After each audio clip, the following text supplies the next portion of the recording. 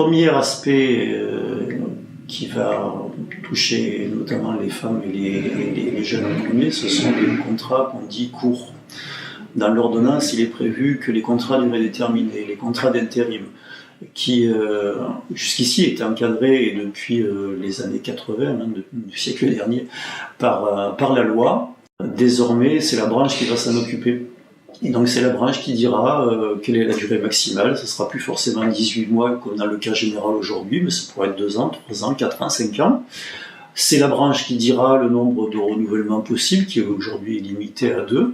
C'est la branche qui dira également les conditions dans lesquelles vont pouvoir se faire les modulations d'horaires, les aménagements d'horaires.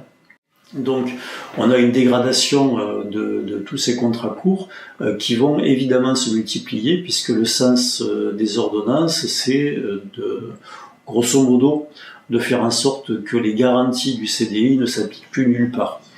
Et d'ailleurs, sur cet aspect-là, le point le plus, peut-être qui a été le plus discuté dans les médias, c'est l'histoire du fameux CDI de chantier ou d'opération, comme il est dit dans l'ordonnance. En disant, voilà, bon, on a un nouveau CDI qui va pouvoir s'exercer, sauf que ce CDI, non seulement c'est pas un CDI, mais c'est pire qu'un CDD, puisque c'est un CDI dont la durée n'est pas prévue à l'avance. C'est-à-dire que ce contrat, il est prévu de s'arrêter quand le chantier s'arrête ou quand l'opération s'arrête. Et donc, qui c'est qui va décider de l'arrêt de l'opération ou du chantier? Évidemment, c'est l'employeur. Et donc, le salarié, quand il est embauché, il ne saura jamais à quel moment s'arrête sa mission, pour autant qu'elle ait commencé, puisque l'ordonnance prévoit même le cas où elle pourrait ne pas commencer. Et donc elle dit que dans ce cas-là, il faudra prévoir une modalité adaptée de rupture, on comprend, voilà, parce que ce contrat, il n'y a pas plus précaire. Il n'y a pas plus précaire. Et donc ces contrats donc de chantier ou d'opération, soi-disant à durée indéterminée, seront là aussi décidés par la branche.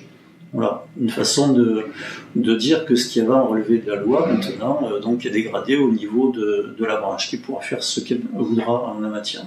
Voilà, pour les contrats courts, je pense que c'est l'essentiel, mais je pense que si on veut être complet, il faut également voir ce que devient le contrat à durée indéterminée.